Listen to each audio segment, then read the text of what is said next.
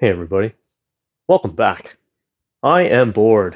COVID made me bored, and today at the table I am taking a look at Vengeance, the roll and fight game. This is the second episode in a episode series for this board game. It is from Mighty Boards, and it is for 1 to 4 players in terms of the player count.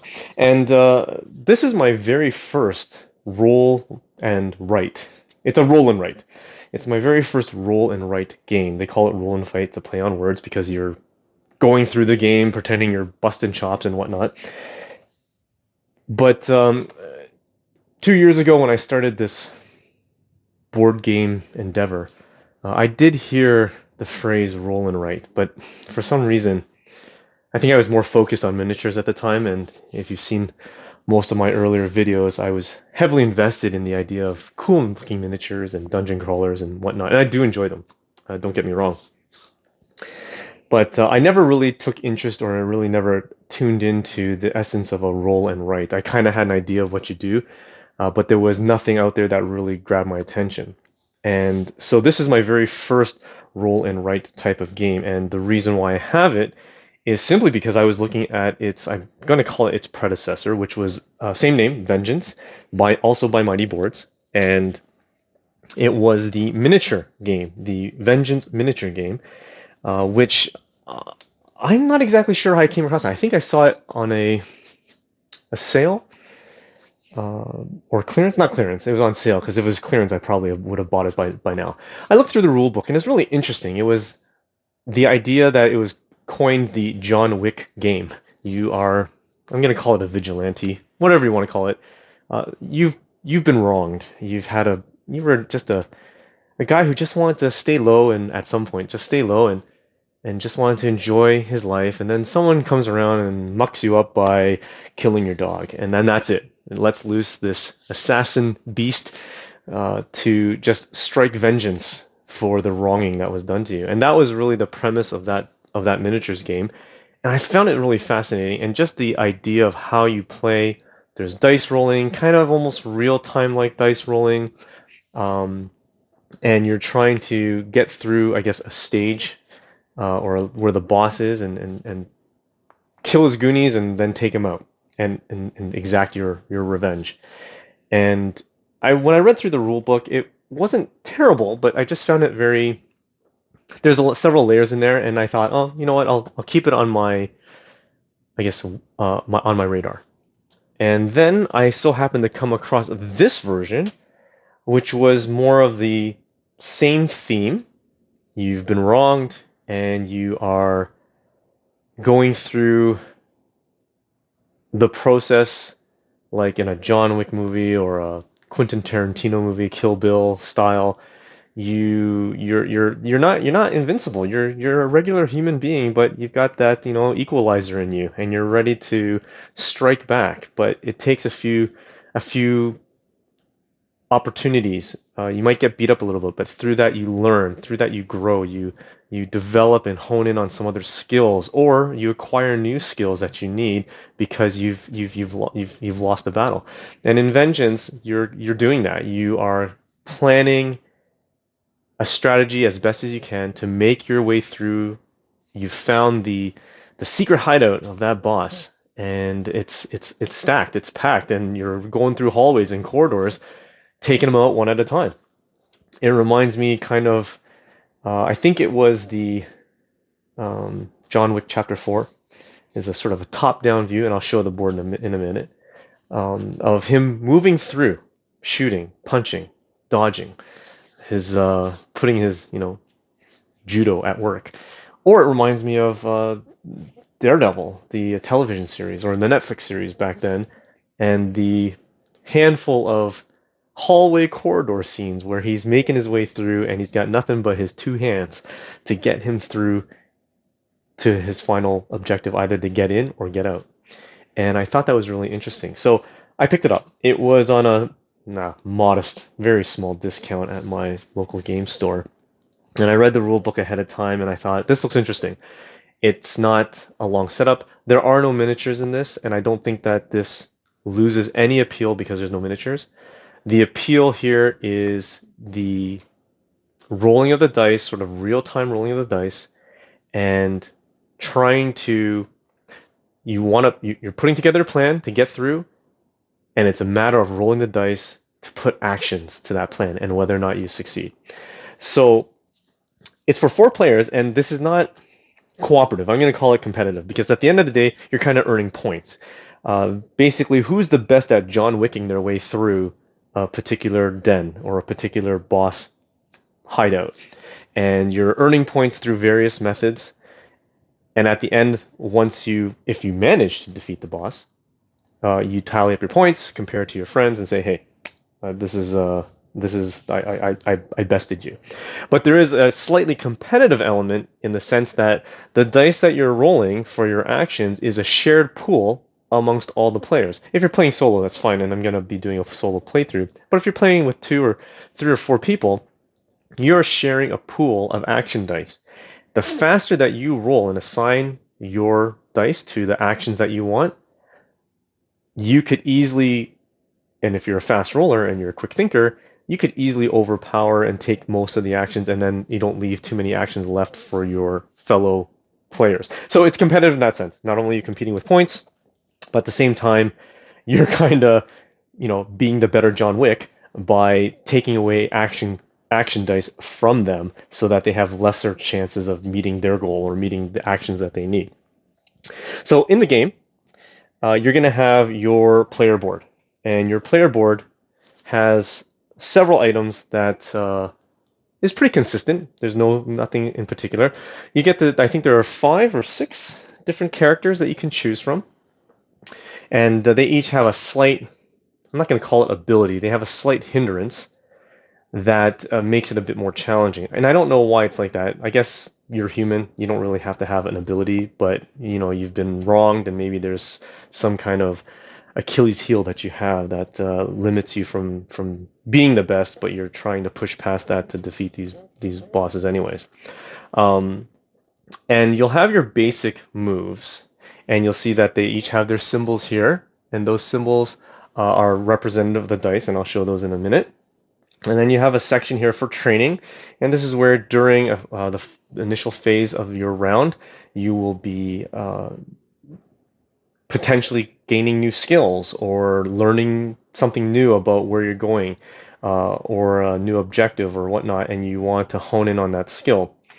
You'll have your health tracker, and you always have a base of 3 with the potential to increase your health. So you're kind of like, toughening up. You're patching up some wounds, and at the same time, you're maybe putting on that nice Kevlar suit to give you that extra layer of protection. And then there's a loot, and loot is pretty much what it sounds like, an opportunity just to gain more points. You're not really gaining, you're not finding new weapons or anything like that. It's just more for point gathering. And then you'll have some default items. The items depend on the character that you choose. And you'll see that there's some empty squares here, which you'll be marking off as charges. Charges basically means equip. So for each item that you have, you can at most use them 3 times each. And then you'll have the scoring section, which I'll go through, in which case, after you've gone through the 4 rounds, you will tally up your score. Now, 4 rounds means win or lose. You either have managed to get what you need and defeat the boss, or you didn't, and you'll still tally up your points either way. Or, in the worst case, is you probably maybe just die. So that's also possible, and I believe player elimination is the name of the game here. So it's very straightforward. The quality of the components here is pretty nice. I'll get to that once I go through more of the components, but this is a nice board. I kind of wish... No, you know what? I don't wish for anything. I think this is more or less self-explanatory. I found the iconography a little challenging initially because this is my first roll and write. This is my first Vengeance game. I chose the episode number 2 because it was actually cheaper than episode number 1, and the only difference is the board layouts and the characters that you get. So there was no particular reason why I chose episode 2 over episode 1. Overall, the layout is fairly clean. Everything is here, all the information you need. I think when it came to the loot part, it got me a little confused, and also in terms of some of the scoring, I had to refer to the manual or the instruction book a couple times. So, which, by the way, it's very straightforward. It's only like maybe 6 pages, 8 pages, and there is a solo aspect to it and a solo challenge, which I'll go through. But it outlines pretty much everything you have to know. I feel like there could have been certain areas that were a bit more clear, but overall it was fair. It was fair. Not a terrible rule book. You'll have the den, which is the layout of where you're going, the boss layer that you found, and you're making your way through. There'll be a start position, and there's quite a few things here that you sort of have to take note of. First, you'll see different colored icons, and those are the minions.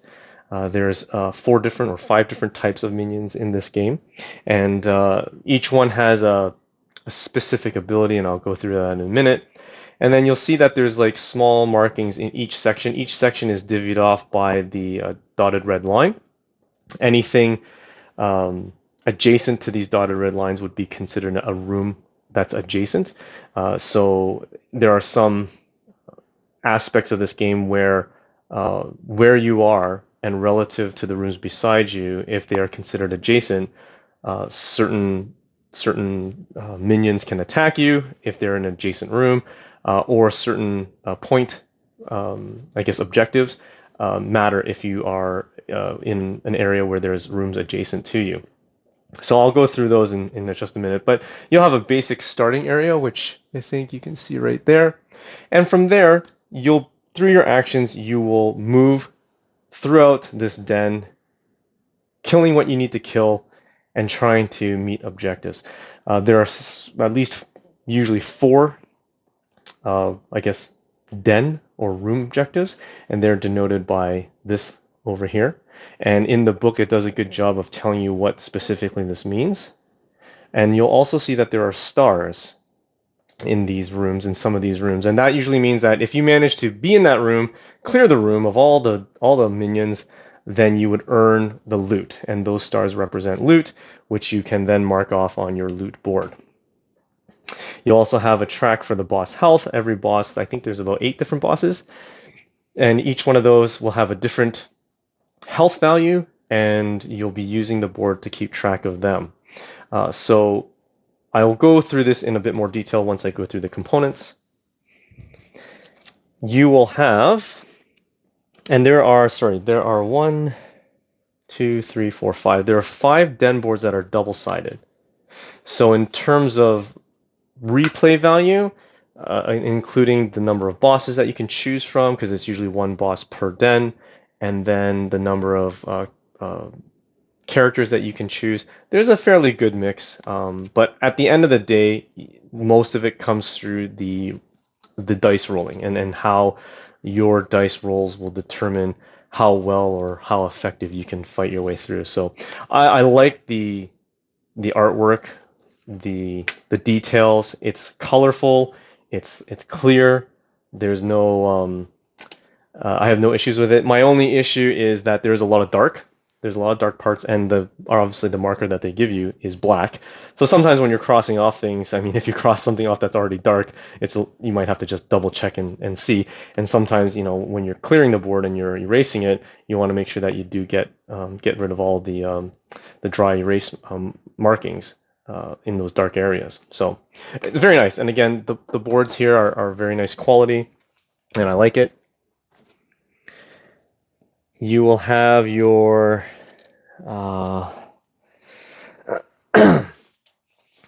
flashback dice. You've got these 4 white dice. Now, this is very similar to the miniatures board game. It's called I think it was the montage phase. So the flashback dice is essentially it usually happens at the beginning of the round. You go through the 4 phases. The first phase is the flashback phase, in which you would roll these 4 dice, and depending on the results, you've got sort of this brass knuckles. I don't know if you can see it right there, brass knuckles. You have sort of these binoculars, and you have a heart. You have the lightning symbols, or whatever you want to call these. You have one that has both the brass knuckles and those lightning, and then you have the star. Okay.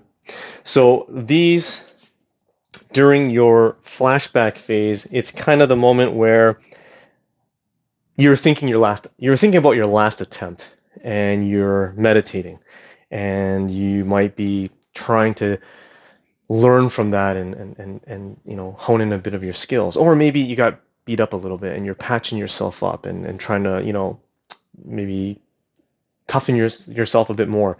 Or in this case with the star, it's a loot, and this one can be sort of a wild card. You can cross off a loot marking on your board, or you can use it as one of the other any other of the other symbols, except for I think except for any other action that you have available. And when you roll this is collective. So you'll roll it together, and then what will happen is you will look at your board, and this is for all the players, so it's one time only that you roll this. And based on the results, you have a couple options. So if you see here, what I rolled here was I rolled these little lightning, and that's for training. So for every one of these training symbols I get, I can mark off on the track. So here I would mark off 4. And then I would have the binoculars, which is called recon. And recon allows me to mark off, if you can see, my basic abilities. And I can, throughout the course of the game, gain more abilities. I can use the recon as a freebie, as a sort of a free charge to that ability or skill, and that I can use without having to pay the cost, which would be the dice rolls. And then I have the brass knuckles, which once I show you, I would have items lined out at the 4 items here, which could be a bat or a golf club or whatever. And this would earn me 1 charge that I can use, or 1 use of that item. And once I've used it, I would cross it off. If I rolled the heart, I would be able to do one of 2 things. I could either heal myself up to 2 if I've been injured, or I can gain 1 extra health track and on here. So the other one would be the star, and if I rolled the star, I can use that to assign one of the other actions, any other one of the dice face, or I can use it to cross off one of the items on the loot. Now remember, loot here is you're not really gaining a weapon or anything new. What you're doing is it's just for points, because at the end of the day, this is a sort of point game. So that's it. So then you'd be rolling, and you'd be improving yourself in some manner, whether it's health, whether it's training, whether it's a free use of an ability. And then after that would be the rolling phase, and this is where you'll be taking your dice. There's a whole bunch of dice. I think there's about maybe 30. How many dice does it come with? It comes with 46, and these are your fighting dice. And your fighting dice, it's really interesting. You have several symbols. You have, sorry, let me put this down. You've got a single knife. You've got a double knife. You've got a handgun. You've got sort of the run or dash movement. And you have a black teardrop, which is a wound. And what you'll be doing is you'll be assembling a pool depending on the player count. And depending on how many players you have, you'll be assembling a pool of these dice. And this is shared amongst the entire group. So I think for solo, there's several different modifications. If you were doing solo and you want to go easy, you would have 20 dice that you can roll from. If you wanted to go medium, you would have 16. Or if you wanted to do it hard, you'd only have 12 dice. But as a group, you would have... let me see here. I know it was written here somewhere. You would have, if you have 2 players, you would have 24 dice in the pool. If you have 3 players, you'd have 35 dice in the pool. And if you have 4 players, you'd have all 46 dice. And at any given time, you can only roll 4 dice at any given time. Okay? So what would happen is you would have a pool. I'd have my pool of dice over here. Actually, you know what? Let me move this out of the way. I'm going to move this out of the way. I've got my boards laid out over here, and then I've got my pool of dice. I'm not going to count them out, but just say for the sake of it, I'm going to roll. I'm going to take my initial 4 dice, and I'm going to roll. Okay, so here you'll see I've done a roll. Now, let's just say I didn't do that. Let's say I rolled those ones. So I've got 2 dash, double knife, and a knife. At this point, I can take a look at my board. If I had any additional abilities, which I'll show in just a minute, I'd be able to assign the dice as I need. So I would assign the dice. I'm not taking any actions yet. All I'm doing is assigning dice. So let's say I want to use these two and I want to do a move. At that point, I can either, right now, there's nothing else I can do with this, but I can now roll. But if I wanted to, I could try to re-roll. Let's say I wanted an extra knife, right? I didn't get an extra knife. I want to try to re-roll. I want to try, oh, I got that extra knife. So now I can assign it to my punch movement. Once I've done any type of assignment, I can now claim additional dice up to a maximum of 4. So I would claim 3 more, and I can start rolling again. So at any given time, I can only roll 4.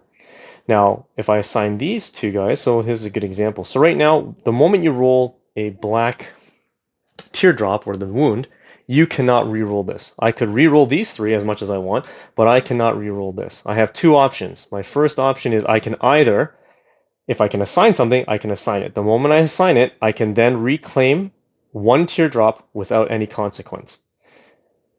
But let's just say I don't want to. Let's say I rolled a gun, okay, and I'm not getting anything. I don't want to take. Oh, I got another teardrop. Perfect example.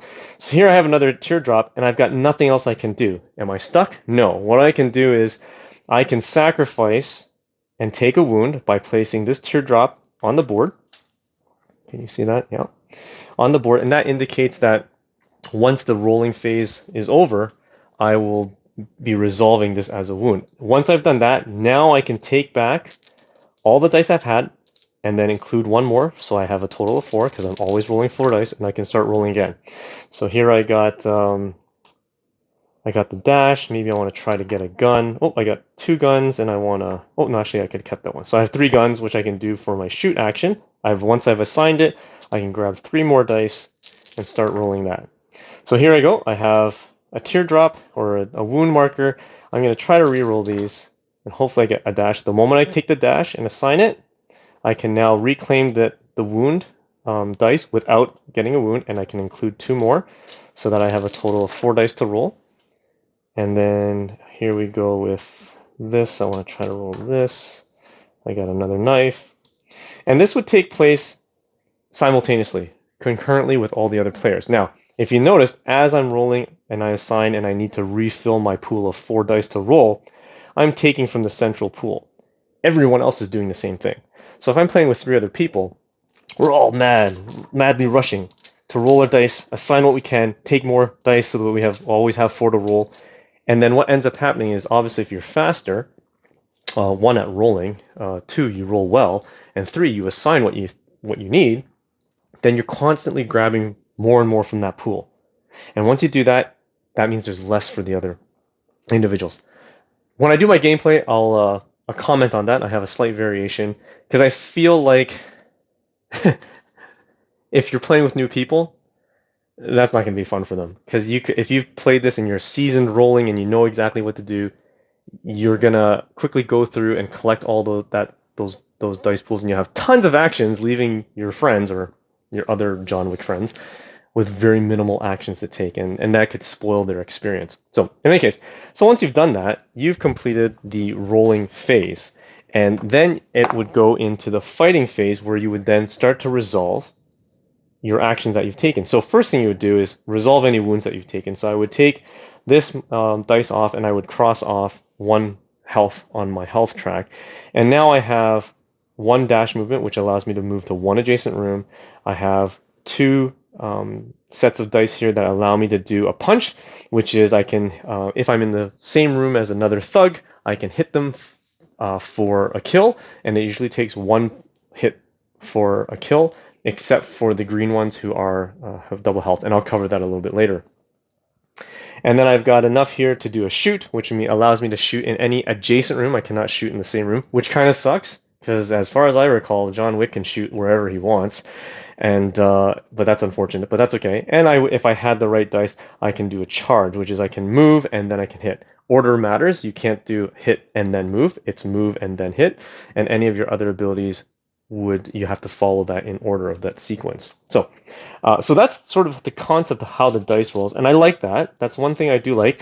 And for solo, you can add in a solo challenge where you have to roll, because really when you're in a group of people, at some point your dice pool will be depleted, and once everyone has finished their rolls, and they're ready to go, that ends the rolling phase. But when you're playing solo, you can add to a challenge. If you want to make it really easy, well, easier, you can put a 45-second timer, and you have 45 seconds to roll your dice pool as much as you can, as quickly as you can, get as many actions as you can, and then once 45 seconds is up, that ends your rolling phase. If you want to make it a little bit harder on medium, it'd be 30 seconds, or if you might want to make it really hard, it'd be 25 seconds. So there's several ways to adjust difficulty, or you don't have to have a timer. The first time I played this, I didn't give myself a timer. I wanted to get the flow of the game, and I was rolling until I understood how to assign my actions and what I was looking for. So just going back to the flashback phase, there is a small card for flashback, and this is where you would roll your 3 dice, and you would place the results. It's a 1 roll. There's no rerolls. And that is the pool of flashback dice that yourself and the rest of the group would be doing. In addition to those 3, it allows you to add 1 more of your choice between these ones except for the star. So in addition to the 3 results I get, I can choose to do the heart, do the recon, do the training, or do the item 1 additional time if I want to. And you have at the top here a round tracker. So there are 4 rounds that you get to, I guess, earn as many points as you can and hopefully kill the boss. When it comes to the players that you can play, there are 1, 2, 3, 4. There's 4. Sorry, I was wrong. There are 4. And I believe you can combine the 2 episodes so that you can have a total of 8 people playing at the same time. Mad chaos. So you've got, here's a Runabolt. And you'll see here he has a, I don't know what you want to call it. Let me turn on the light here. I don't know what you want to call it, but it's, I'm not going to call it an ability because I don't feel like it's an ability. It feels like a hindrance. So here it says for the I forgot what these are called. These thugs, they activate as the red ones during resolution. Now during resolution phase, I haven't gotten there yet, but once you've done the rolling phase, then comes to the resolution phase, in which case you may take damage, and you may earn some loot and some other abilities, and I'll get to that in just a minute. But these are the characters that you can choose from. And so, for example, Reverend Grey is limited to a maximum of 2 charges for each item. So that's a hindrance, that's a limitation. So I don't think these are abilities per se, and maybe it's a result of a wronging that happened to them, like they got messed up, and there's that's their Achilles heel. I don't know. We've got Meat Boy. He says he cannot leave any room with 2 or more minions still alive. And then you've got Leah Pistolora. Jeez. At the beginning of the resolution, if there are 2 or more enemies in the same room as Leah, suffer 1 wound. So these are the 4 characters that you can choose, and then you'd be placing their card here. And then you'd also choose one of the 8. I'm going to say 8. 1, 2, 3, 4, 5, 6, 7, 8, 9. 9 potential bosses, and these bosses have an ability, something that holds you even back, even more, or hinders you even more so. So it makes it a bit more challenging, and they also have their health, which you would mark off on the board, and you can choose whichever one that you want to go against. There's a quick handy-dandy reference for your actions. So this gives you sort of the flashback, what this means. So for example, if you roll a heart, you can heal 2, or you can gain an extra health slot if you have one. If you roll the star, that's a loot, which means you can cross off 1 item on the loot track, or you can use any other action. Here's your item, here is your training, here is your recon, where you can use, you need 1 for a single recon item, or if it requires 2, you need 2 results in order to do that.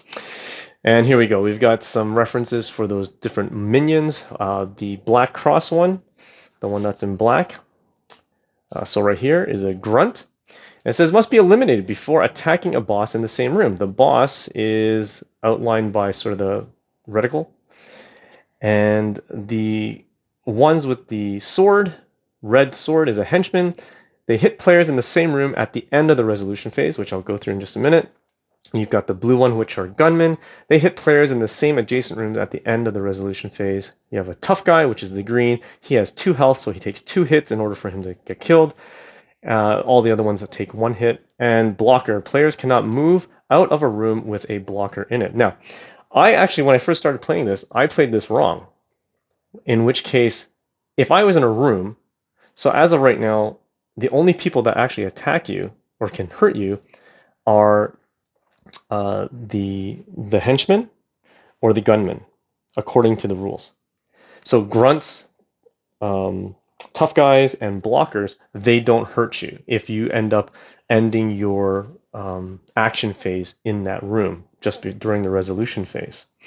So I played it wrong. I played it is if I'm in the room and there are still any minions alive, I take 1 damage. So I've actually been playing it harder, and I think that makes more sense. What tough guy doesn't want to attack you? What blocker doesn't want to attack you? In my mind, a thug is a thug, a minion is a minion. They're going to come after you and they're going to want to hurt you. So for me, when I play, it's no holds bar. It's not just 2 types of minions that can hurt me, it's any of them. And if I'm in a room and they just so happen to be in the same room with me, I will get hit 1 health per minion in the room. The only difference would be the ones, if there are gunmen adjacent to me, then I would still take a hit for them as well. So, going on to the resolution phase. In the resolution phase, you would clean up any of the markings on your board with respect to the recon. So if you had used one, you would mark it off because it clears for the next round. And then if you so happen to be in a room where you've cleared it and there were the white stars, which are the loot, you would gain those, those loot stars, and you would cross out those loot, the number of loots on the icons here. So once that's done, you would then, if whatever room you're in, you would receive a wound for every henchman that's in your room, and you would receive a wound for every gunman, the blue ones, that are adjacent to you. So again, when I was playing, if I have any minion in the room with me, I take a hit. If you so happen where your health track is full of wounds, then you've taken a beating. You would clear everything from your health track, and you would reset your health track back to the 3. Okay, and you would also cross off the your dice limit. So this is the dice limit when you're rolling. So initially you start with 4, you would cross that out, which means you only have 3. If you cross it out one more time because you've taken another beating because they've pummeled you with so many health hits, you're just not John Wick worthy, so you might as well not even play the game, and that's it. So you'd be out. So you've lost, and that's it. You're done, and that's even if before you make the 4th round. So after you've done that, you might have to clear markings if you've done what's called an evade, and an evade is certain characters can do that, where you can choose a target to evade and you basically are able to move past them or to evade them attacking you, but you can only do it once per round and it gets cleared so that they're able to attack you the next round. And then that's it. That's pretty much it. Once you've gone through all 4 rounds, you would do the final scoring. You do the final scoring based on the health of the boss, if you've killed the boss, if you've completed 10 objectives, if you've gotten any training. So training here, you don't get any points for training until you earn enough training slots all the way up to here, and as each one gets crossed off, you earn the number of points to the right. So for example, if I crossed off 1, 2, and 3, when I'm tallying my training points, I would have earned 4. I think that's how it works. Same way with loot. If I've crossed off up to 4, I would earn 7 points. If I crossed off up to 7, I would earn 11 points for loot. And then the escape. The escape is the negative. So wherever I land, in order to find my way back to the start, if they're the shortest path, if there are any minions left on my way out, I lose 1 point. For having, I guess, left a few people alive. So lesson to be learned, kill everyone. And then you would total it up. That would be your total score. So for the solo challenge, in terms of solo play, if you wanted to, I guess, compete with yourself, because that's what solo people do, you could determine your overall score. If your overall score, on the easy, if you got at least 18 points, good job. you win the challenge. If you got 23 points on the medium level, you did a good job. Or if you want to go hard and make it really hard, you want to get 20 points or higher, 28 points or higher. Good job. So there's three different aspects to adjust difficulty. So that permutation allows for you to customize your level of difficulty and replayability quite a bit. I forgot to also mention in terms of the characters, instead of miniatures, they get these little acrylic tokens, and it's pretty nice. So here, Leia would start here, and as she's moving through, you would move her through, cross off any rooms that she's visited, and then she would move along. So I'm going to go ahead, and what I'll do is I'm going to set up the board for a game of Vengeance Roll and Write, where I can go through and I can explain in a bit more detail the rooms and what the meanings are for some of the objectives, and you can see the gameplay and the game flow. I'll be playing the solo version, obviously, and I will go through a 45-second timer, and basically my goal here is just to do the best that I can. So I will set the board up, and I'll see you soon. All right, I'm back. I've got my table set up for Vengeance Roll and Write. This is episode 2. And I've decided to go with the initial den that I was showing you through my overview, and I've decided to go with Runabolt, or Runabolt, I don't know how to pronounce his name. And his hindrance, or I guess holdback, is all the tough guys activate as henchmen during resolution. But in my gameplay, I treat all the minions as they can harm me. So there seems to be, for me, thematically, that makes more sense. I don't see why only henchmen and gunmen would hurt me, but minions or grunts, tough guys and blockers, that they're not going to hurt me, right? They're all working for the same bad guy, and they all want me dead. So the boss that I've decided to choose is Il Baron, or Il Baron, and it says every blocker in the den must be killed before Il Baron can be damaged. So in my map here, or in the den layout, I've got Runabolt, or Runabolt. I'm going to call him Runabolt. I mean, someone correct me. I don't know. This is just a strange name. This is his start position. So he's in here. And I have got 1, 2, and 3. I've got 3 blockers that must be eliminated before I can even attempt to attack the boss, Il Baron, who's sitting over here. Now, in terms of clarification for some of these symbols, you'll see that, I'm going to take the pen here. This is the dry erase pen.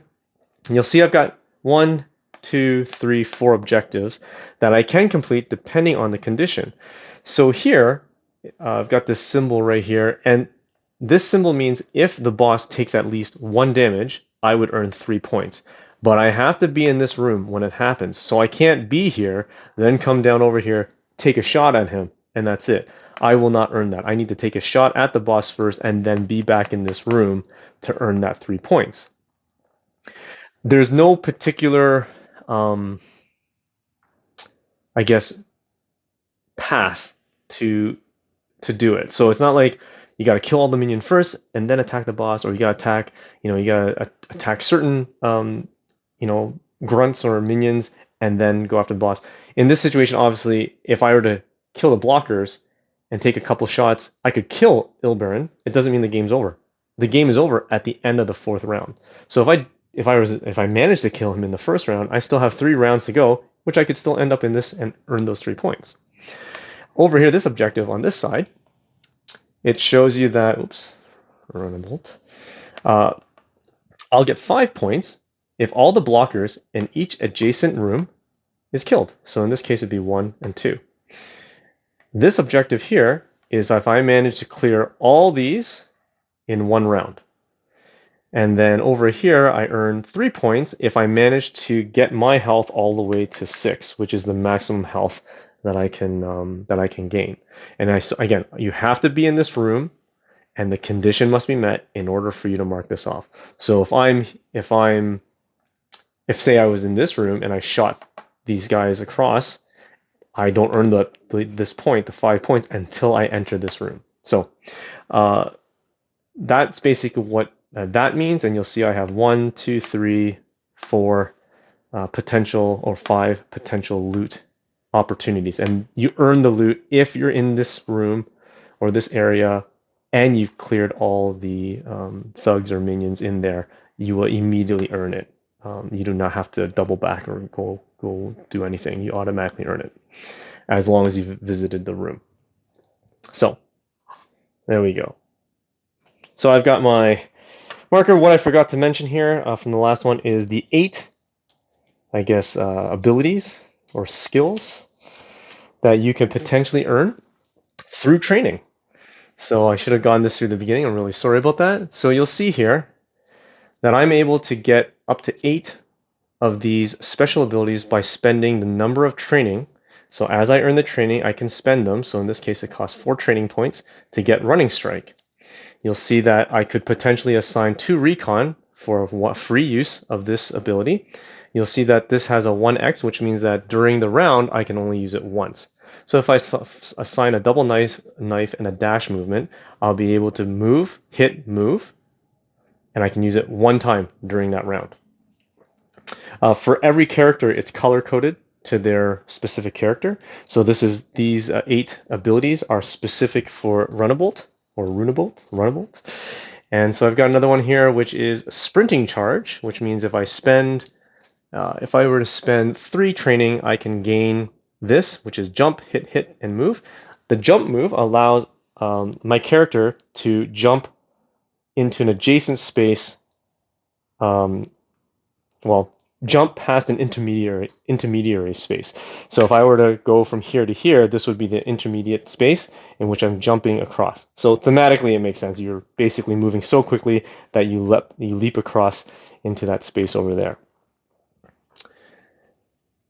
And then you'll have another one here. I can do a hit and run, which is hit and jump, and I spend 4 training points there. So during the course of the game, you'll be able to, if you wish, during the flashback phase, is to spend your training to earn those extra abilities.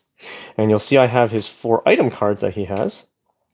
He has a hockey stick, which means he can hit the boss twice. He has reinforced shin guards. When you leave a room, you can kill a henchman or a gunman for free. You have rolling skates. Your next dash allows you to jump instead, again, moving past an intermediate room to the next adjacent room. And arm guard, which is evade a blocker. So this is where you would mark off saying that you've evaded a blocker, because remember, blockers, their whole point is to prevent you from moving into another room. But with his ability, you can evade him and actually continue moving. So with each one of these items, I can have a maximum of 3 uses for them per item, depending if I get the charges that I need. So I'm going to go ahead and I'm going to start. I think we're all ready here, and I think I've gone through most of it. I'm going to roll my flashback, and I'm going to put it over here. I've got a heart, the item, and 2 training, and I get to choose 1 more extra. So in this situation, since I don't need to heal, I'm going to go ahead and mark off an extra health. I'm going to take a charge, and you know what? I will start to charge up my hockey stick. So I'm going to mark that off. And I will take 2 training. Okay. And I get 1 more extra of any one of those 4 items. I can't do the star. So I'm going to choose to use a recon, and I'm going to use a recon to give me a free use of punch. And that's it. I'm going to mark off that this is the beginning of round 1. So I've got my timer ready to go. I'm going to grab my 4 dice and get ready. Here we go. Okay, I've got a dash. The moment I assign it, I can pull back the 2. I have a knife, and a gun, which doesn't really get me anything. I'm hoping to get another knife if I can. Oh, I got dash. I'll take that, and I'll take these 2. And I've got another dash. I'll take that as well, and take 2 more to keep on rolling. I've got a gun and a knife. I need another knife. Come on, I'll re-roll these. I can keep on re-rolling until I get that, which it's okay. I get that, and I can now take back the wound and re-roll 4. So I've got 3 guns, which I can do that. I will take the 4, 6, 5. Oh, I got another knife. I'll assign that and 4 more, and there we go. So that's it. Okay, so my last roll didn't get me anything. So because I'm not taking any actions and I'm not trying to re-roll, let me just straighten this out. I don't take a wound. The wound only happens when I am actually assigning it so that I can release and re-roll the dice that I need. So I'm okay here. Let me switch that over. That's wrong. Okay. So in total, I've got 3 dashes, which allows me to do 3 moves. I have 2 hits.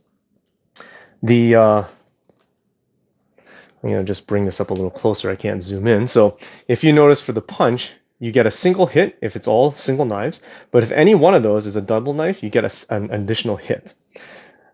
So for this, I've acquired enough actions to do 1, 2, 3, 4 hits because I have the recon, which gives me a freebie, and then I have 1 single shoot. Okay, so we're going to take a look at this, and now it comes to the action segment. I've done the rolling, so now I can go straight into my my fighting phase, where I get to put actions to my plan. So right now what I can do is I got 3 moves, and I think what I'm going to do is I'm going to go ahead and spend 1 move to go into here. Okay, now once I enter a room, I would mark off that I've been there, and I'll just move them up here. Hopefully you guys can see this clearly.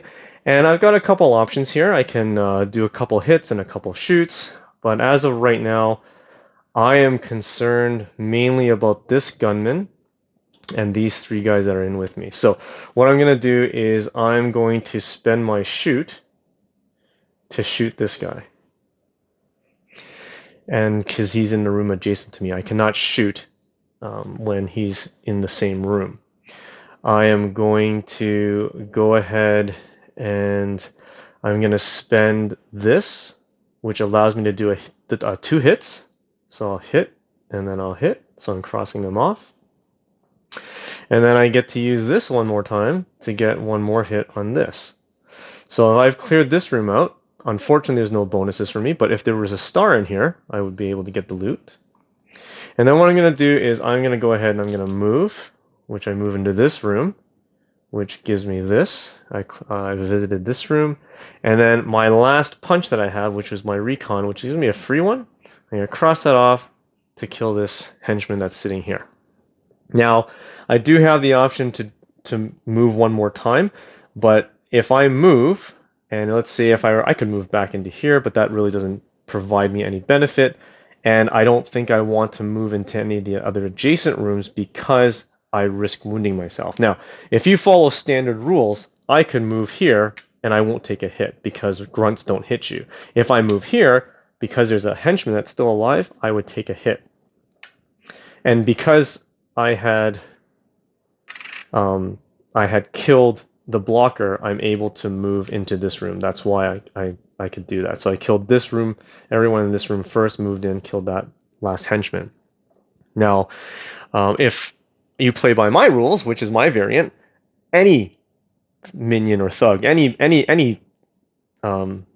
minion in the room that's still alive, in the room that I'm in, I would take a wound for. So fortunately, not the case here. I've cleared everything. So what we're going to do now is we'll go straight into, we finished the fighting phase. Very quick. And you can see that it's limited by the number of actions that I've rolled in the 45 seconds that I've given myself.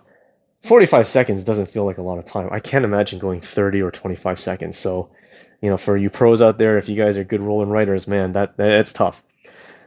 So now I go into the resolution phase. The resolution phase, I take a look, and first I see if there's any henchmen in the same room as me, following official rules, I take a wound. There are none. If there was any gunmen in any adjacent spaces to me, I would take a wound, and there aren't. Of the 1, 2, 3, 4 adjacent spaces, there are no gunmen and I've killed the one in here, so I'm good. Now, if you follow my variant rule, if there are any other minions in here that are still alive, I would take a hit. But fortunately, I cleared it out. I'm pretty happy. So what I'm going to do is I've used this recon on this one, so I'm going to reset it for the next board. If there were any rooms that I had visited, cleared, and that had loot, I would gain those loot.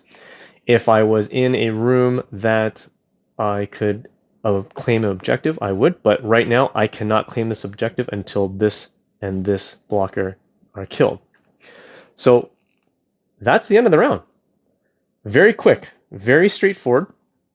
And like I said, 45 seconds goes by very fast. So I'm going to recollect all my dice. I'm going to put them over here.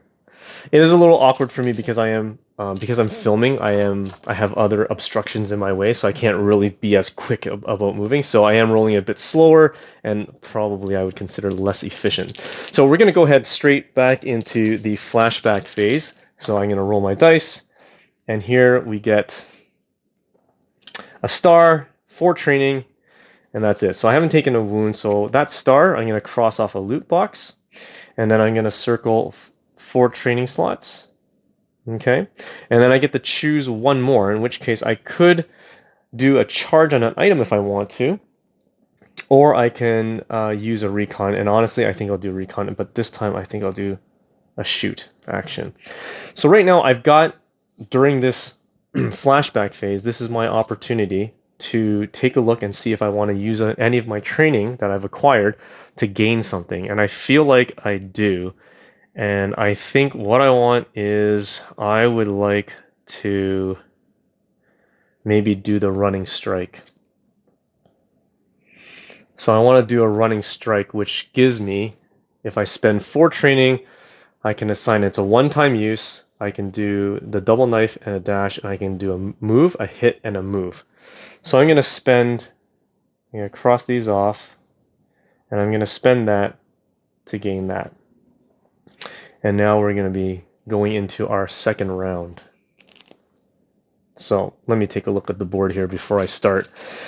So ideally, I want to try to gain this objective. So I need to kill this guy. I need to kill this guy. And then that leaves Il Baron up for grabs for me to start pummeling. Now, it'd be nice if I went into this room too, so I could at least kill the additional 2 minions, and then I can claim some additional loot, just so that you guys can see what it's like. And I think that's it. And if I'm able to be in here and clear these guys out in one round, even better. But I might save that for round 3. It all depends on my progress here. So we're going to go ahead and get ready. I'm starting with my initial 4 dice. I'm setting my timer to 45 seconds, and let's go. Okay. Oops. I'm not going to do a lot of narrating because I want to focus on my rolls here.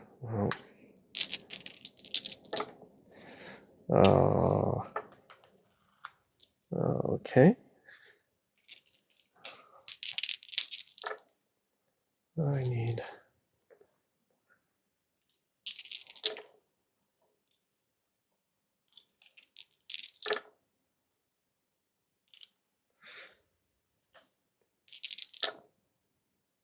Oh.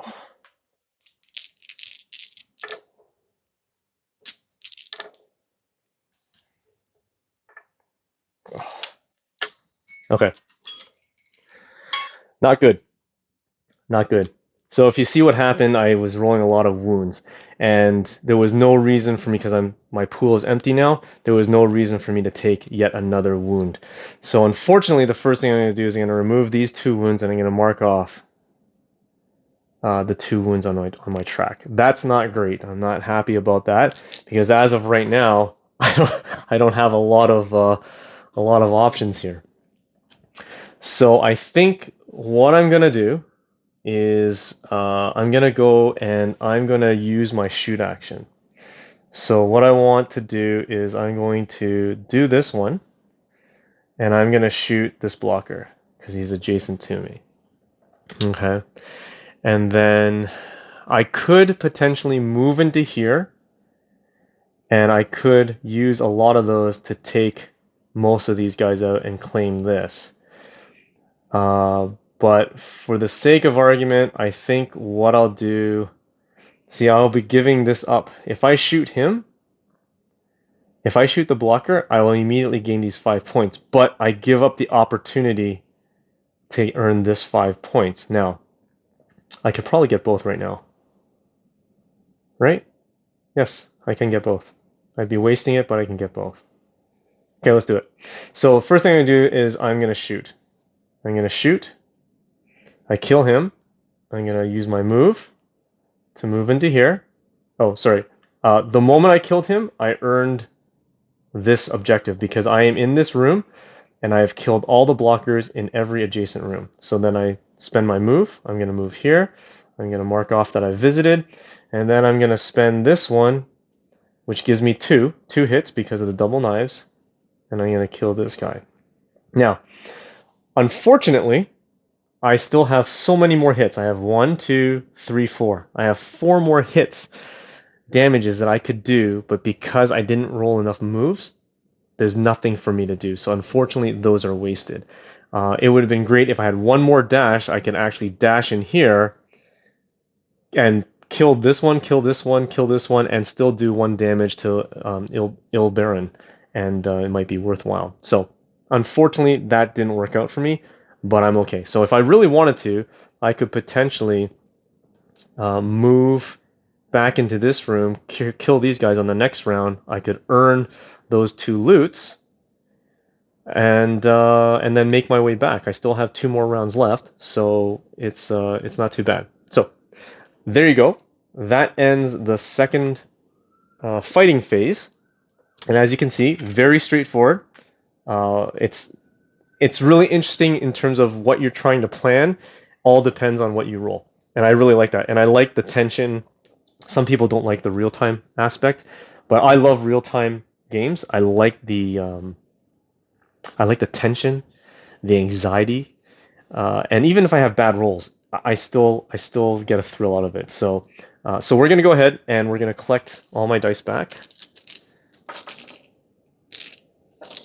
So as you can imagine, if you play by standard rules and you've got this pool of dice amongst other players, you're quickly grabbing 4, 4, 4, up to 4, up to 4, and that pool starts to shrink down very quickly.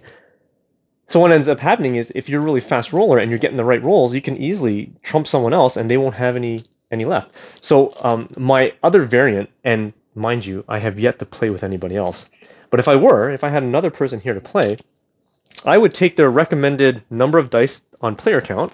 So for example, if I had another player here, we're supposed to use 24.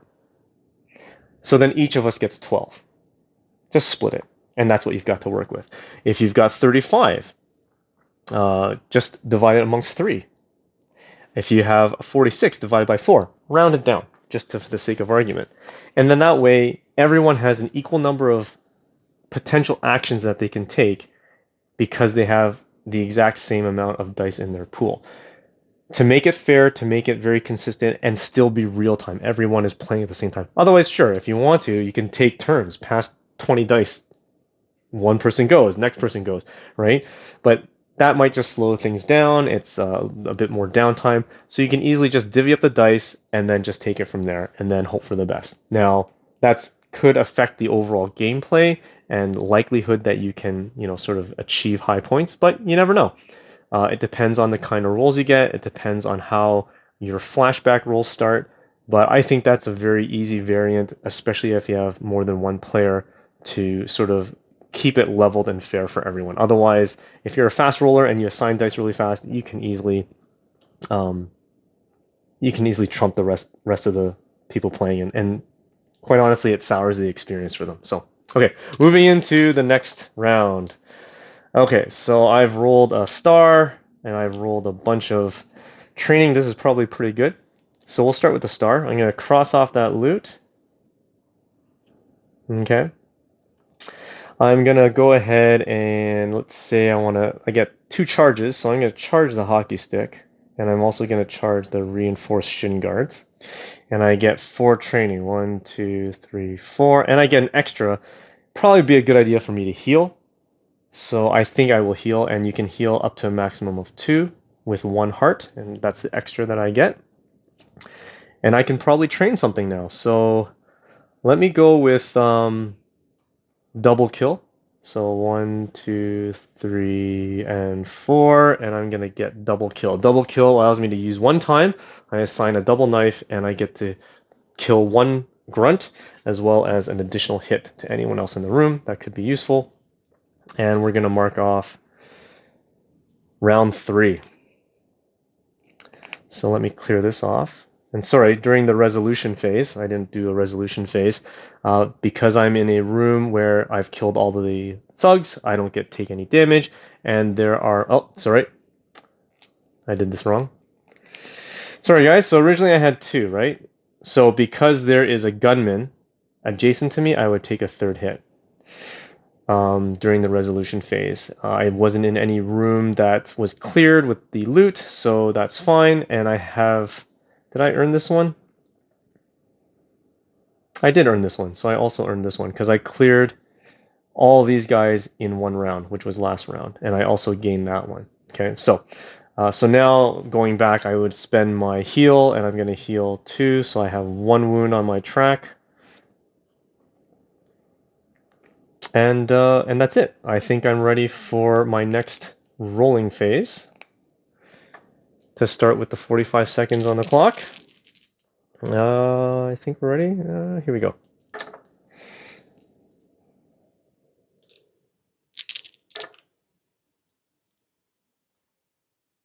Nope, that's not it. Gosh.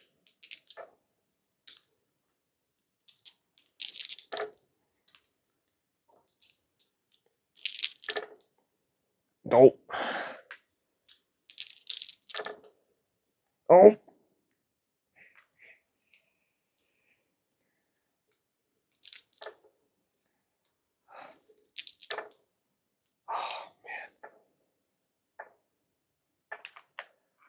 Oh, this is so bad.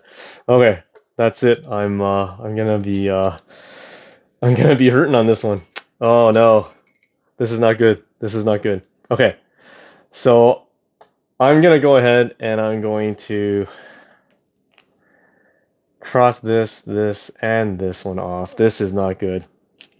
So as of right now, I've taken a beating.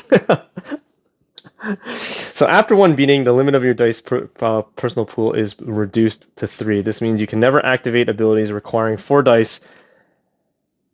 So this is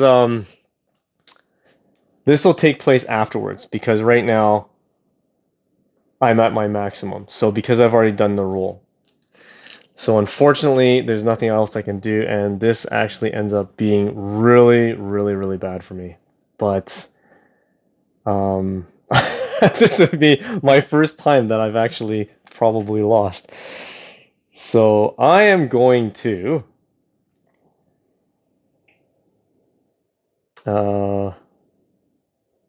move. I can't shoot. I can't move. Oh, this is really bad. This is really bad. Okay, that's fine. So here we go. So I'm going to go ahead. I'm going to move. And I'm going to move in here. Okay. And then I'm going to use this because it's a double. I get to kill these 2 grunts. I visited this room. And in order for me to even attack Ilbaron, I need to kill all the grunts in addition to his initial ability, which is I have to kill all the blockers. Okay, so that's it. And then I'm going to use my 2 hockey sticks, which I get to hit Ilbaron twice. So I'm going to use it once. Oh, sorry, I forgot to circle off his health. Sorry, I forgot to do that, guys. 6 and 7. So I'm going to cross off 1, 2, and then I'm going to use my hockey stick again. I'm just going to bash him a little bit. And then I'm going to use my last move, and I'm going to move back over here. It's indifferent at this point, and I'm going to use my reinforced shin guards. When you leave a room, I can kill this guy. Okay, so at this point, I've taken a beating because what's going to happen now is during my resolution, this gunman on this side is going to shoot me for another one, but I can't get past this part. So what's going to happen is I'm going to take a beating. So I'm going to cross this off. I am now limited to dice rolls of 3 in my pool. And I will be clearing, I'll clear every wound from my health track, and I'll reset my health track back to the 3 spaces. So that means I lose this one, and I'm going to clear this. So I get a second chance, or yeah, pretty much a second chance. All right, because if I take 1 more beating, then I'm dead. So unfortunately, this would be the first time that this has happened to me, but that was a terrible roll in that last one. And again, it's a little bit more difficult rolling when I have some obstructions, the camera gear in my way. So, okay, so that's it. But I'm only 3 away from defeating the boss, which is fine. And I might just go in there and just, kick him, and that's it. So let's try. Let's try to redeem myself. So we're going ahead and doing the flashback phase again. Okay, so here we got that, and that. That's not good to me. So what I'm going to do is I'm going to cross off the loot. I have 2 loots. I get 2 training, and I get an item, a charge, in which case I will do the charge on my hockey stick. I think I'm going to need it. And I get 1 more, which I think will be a recon, and I'm going to use a shoot. Okay. So, and sorry, I'm going to cross off 4th round. So we are now in the 4th round. This is the 4th and final round of the game. And after this, I'll tally up my points. But 45 seconds on the clock. Let's go.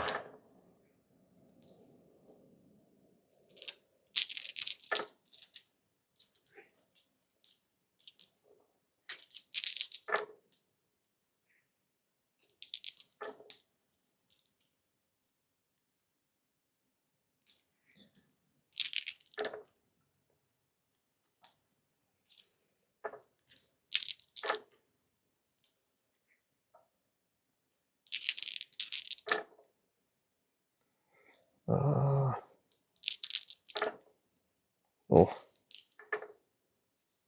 Oh. Yes.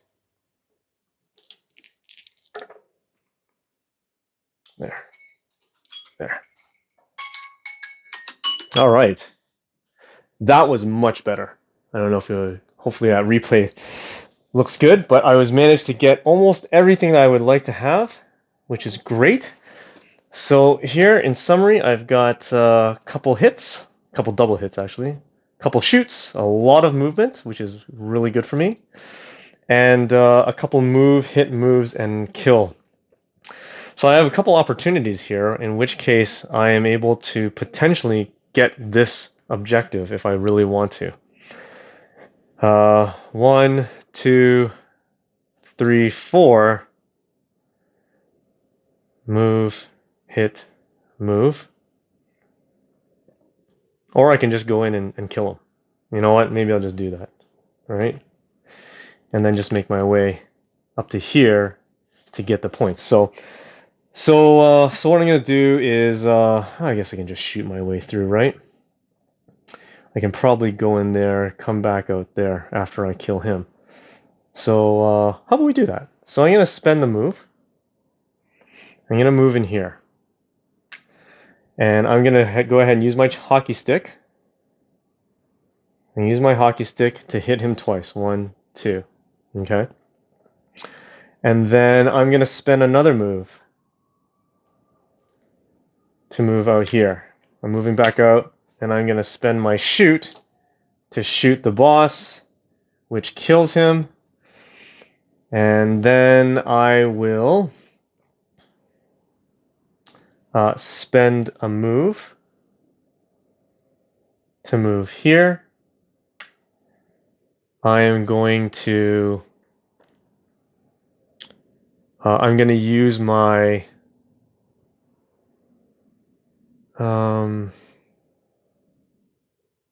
move, hit, move.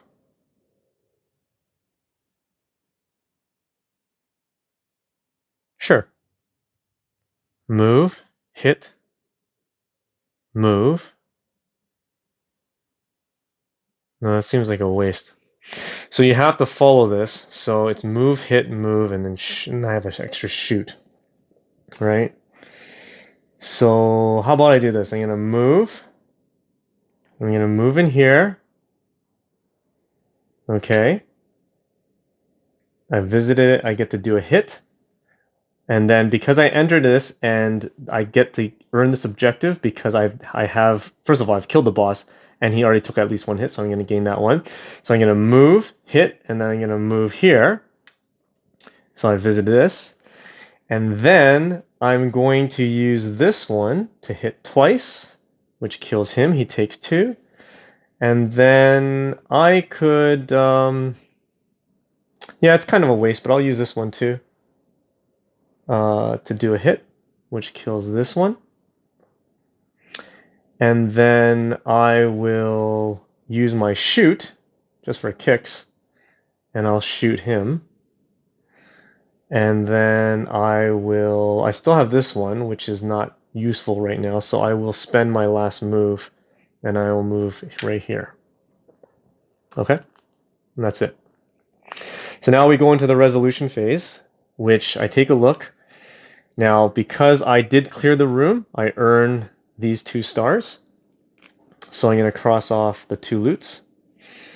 And then that's it. So there's no more enemies, no more gunmen that are adjacent to me. I've killed the boss, and that's it. So now we would look at our escape path. My escape path to get back to here is straight through. And between here and the start, there are no minions alive, so I take no penalty. So this is now where we can take a look at the scoring. So for the scoring, first we'll take a look at our boss. The boss, I killed him, and under each of his health, I don't know if you can see it, but there's a marking to tell you the number of points that you earned. So he had 7 health, which gives me 7 points. Because I killed him, I earned an additional 5 points. So that's 12 so far. If I didn't kill him, I would just earn the number of wounds that he took, and I wouldn't gain that bonus. So in terms of training, I didn't earn any training points because I did not reach that threshold right here where there's more to earn if I get more training, so I get no training. For the loot, I earned the number of loot, so I earned the 2 loot, so I'm going to cross these off. So what you would do is the number of markings on your loot track, the furthest right that's not marked off, obviously I reached the maximum, you would earn. So that's 11. So that's 12, 12 and 23, and then your den objectives. So I earned 1, 2, 3 den objectives, so it's 5, 5, and 3. So 23, 33, 36. And I got no penalties because there's no one to the exit on my way out. So what did I just say? 36, 12, 23, 36. Sorry, 12, 23, 33, 36. 36 points. So according to the difficulty, I did easy in terms of dice level. I did, oh, that's an indication that my lights are going out. The 20 dice, that was easy. I did 45 seconds, which was easy, but I got the best of the points in terms of the number. I beat 28. So there you go. That, in a nutshell, is Vengeance, Roll and Write, the Roll and Write board game.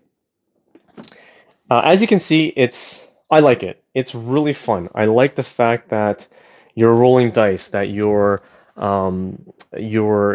sort of trying to come up with a plan, and the only way that you can execute that plan is by having the right actions. So you are trying to execute those actions as quickly as possible. You're trying to, and then if you don't get it, you may not get what you want. So then you're improvising, kind of like the way John Wick does it. You go into a room, and now you're improvising based on the dice rolls that you did get, and it may not have gone your way.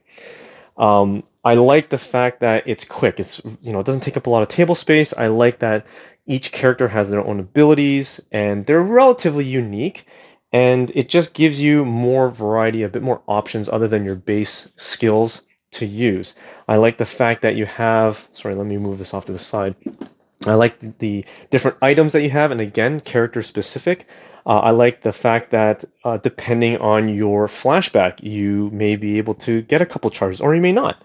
So every time you play will feel different because you may get what you're looking for, and you may not. So then you have to improvise and try to find a different plan.